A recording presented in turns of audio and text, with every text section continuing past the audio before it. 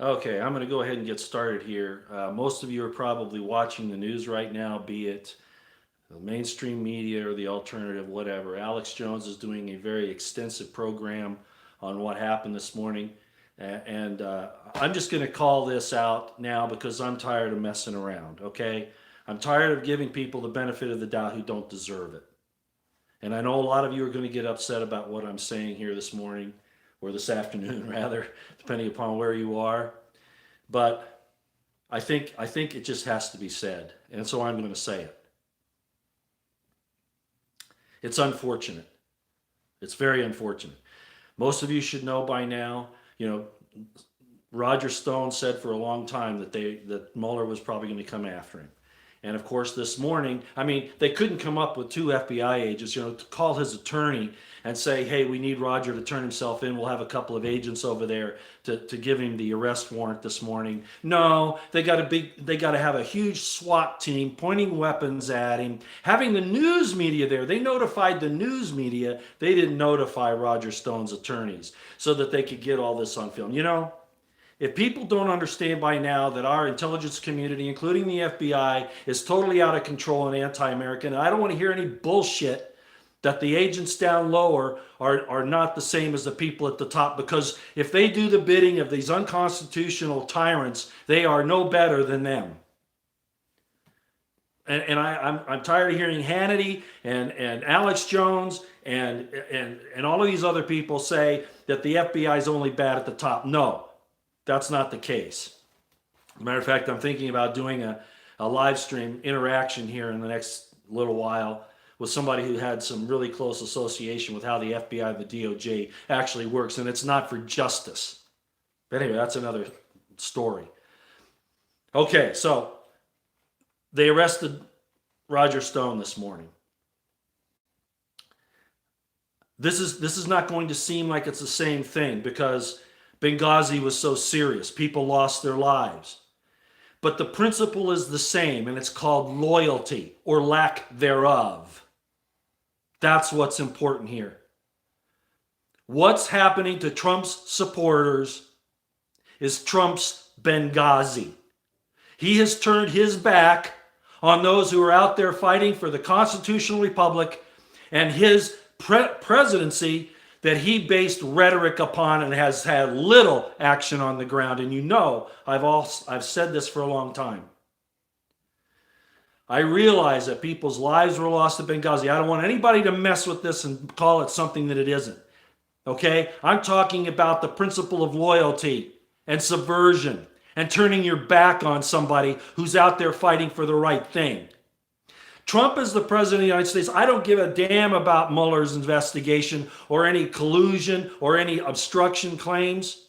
He's the president, and he has the constitutional authority and responsibility to rein in his DOJ when it acts in an unconstitutional manner. I don't give a damn what anybody says. And his lack of doing so can only be taken as either incompetence or complicity. There is no other choice here. So what this proves, we've seen it for 2 years now. His supporters get beaten up on the streets by Antifa. They get accused of being white supremacists, like the thing with the Covington kids. Everybody gets brushed with the same paint when they stand up for Trump, saying that they're Russians or they're fascists or whatever. And nothing ever happens. Where are the special counsel people going after Hillary Clinton? Okay, we've heard some things under the wire here that possibly the DHS, which would be good, is looking into this and investigating it, as is the Treasury Department, these things with Hillary and all of this real Russian collusion with the yellow cake and all that situation with Mueller and Putin and all of that. We hear about it, maybe. But all I see is disloyalty on the part of President Trump against his supporters. That's all I see. His supporters suffer no matter how small they are or how big they are. How many of his supporters have been brought into his administration? And that's not a white power sign. I'm saying 0. What does that tell you? This onus is on Trump. He is the president and he refuses to act. And I've been calling for that for how long? I said his rhetoric is not being matched by action on the ground. And now he has a DOJ that he has a constitutional responsibility and an oath of office responsibility to get under control, and he is allowing it to act unconstitutionally and even criminally. That's called dereliction of duty. And we can't give him these excuses anymore that he's under all this pressure. I don't care. If he refuses to stand up and get a special counselor looking into Mueller and the uranium one and the Podesta emails and all of those other things, if he continues to refuse to do that, it's like I said, he's either incompetent or he's complicit. He's a placebo to keep us hoping, sort of like Q, right? Maybe Q is from Trump to keep us from thinking that, oh, he's really doing these things behind the scenes when he's doing nothing. People are suffering in the real world because they have supported him. And what does he do? Today, when Roger Stone gets arrested, not a peep from him about that. What does he talk about? Oh, the poor government shutdown. That's what he gave his speech about this morning, his news conference. He's not loyal to his own family, much less to the rest of us. I don't think he's going to change. And this is one big reason why I decided to stop doing this, because no matter how much we try to point these things out, there are always idiots out there on YouTube and in the world who have excuses and who say that, oh, you're anti-American and you're anti-Trump. I didn't ask for the job. He did. And he's refusing to conduct himself in a proper manner to protect the constitutional republic of the United States. And as a matter of fact, in my opinion, he is moving against it. All right. I'm not going to waste any more of your time. There's a lot going on. You can go back and listen to Alex Jones. That's fine. But I wanted to get this up because it's inexcusable. Yes, Benghazi, that Hillary turned her back on and proved her disloyalty to those who are laying their lives on the line. That same disloyalty is now being committed by Trump to those who have supported him, and they are suffering, and he does nothing. He turns his back. And he's probably going to say at some point in time, gee, what difference does it make? Ladies and gentlemen, I'm sorry, Trump is not doing his job. He's doing a lot of other things to distract us from what the real problems are. He's doing nothing about the loss of our Fourth Amendment rights. As a matter of fact, encouraged Jeff Sessions to go after civil asset forfeiture. He's doing nothing about our First Amendment problems. He should have been after those social platforms a long time ago, even going after the MSM for what they've done. He continues with the wars and sending our troops all over the world. Oh, yeah, he's pulling back from Syria, but do you realize that he's just crossing a lot of those soldiers over into Iraq? Do you know that? I made a mention of it in a stream some time ago. He bombed Syria without justification.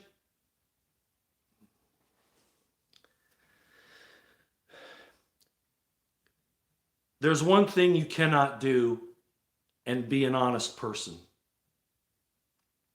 You cannot turn your back on your friends. And once you do that, you can never be trusted again.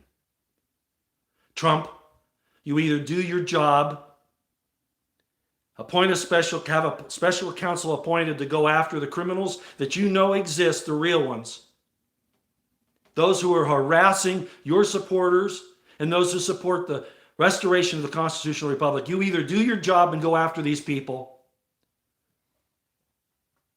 or the results of this republic failing are going to be on your shoulders. Me, I'm not giving him another day of hope.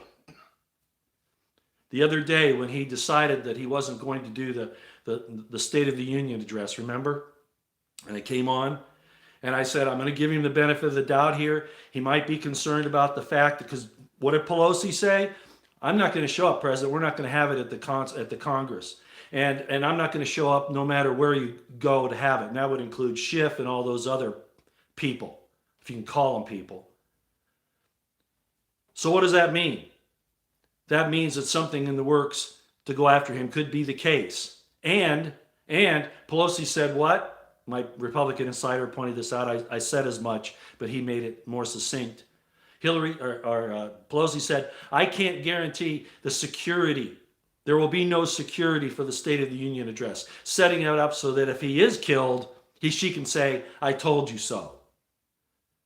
He is not acting aggressively. He has not seized the initiative, and he is not loyal to those who put him in office. In fact, as I said once before, he's not even being loyal to the promises he made to God, if those were in fact real, and I'm beginning to wonder.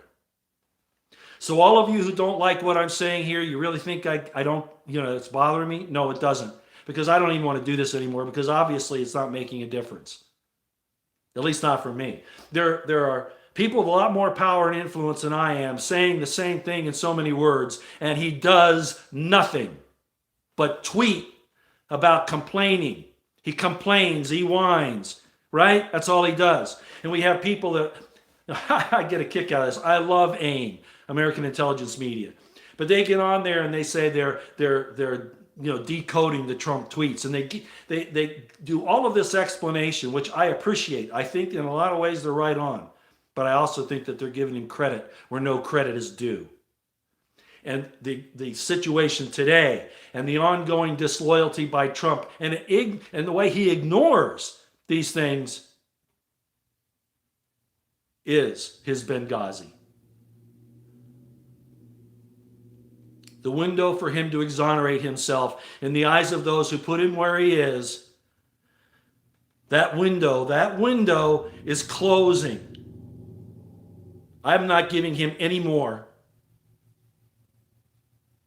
leeway. None. We can't afford it. We're on the brink of civil war. Did he plan this? Was this why he was put in there? To divide? I didn't want to say he was a divider. I think Obama was a divider. They set that up. And according to the whole New World Order and all that. But Trump doesn't stand by his loyal followers. He can get them riled up in a campaign or go out on the road and make these grand speeches and everybody's clapping and everything. And then he does what? Nothing. Negative Nancy, you haven't seen anything yet.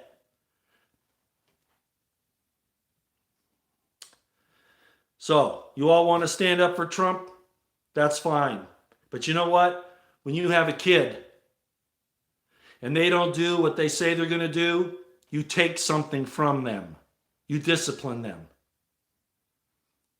Trump promised to do something and he refuses to do it based on all kinds of excuses that now don't matter. Support who then? I shouldn't even answer your stupid ass question, Wayne Donnie.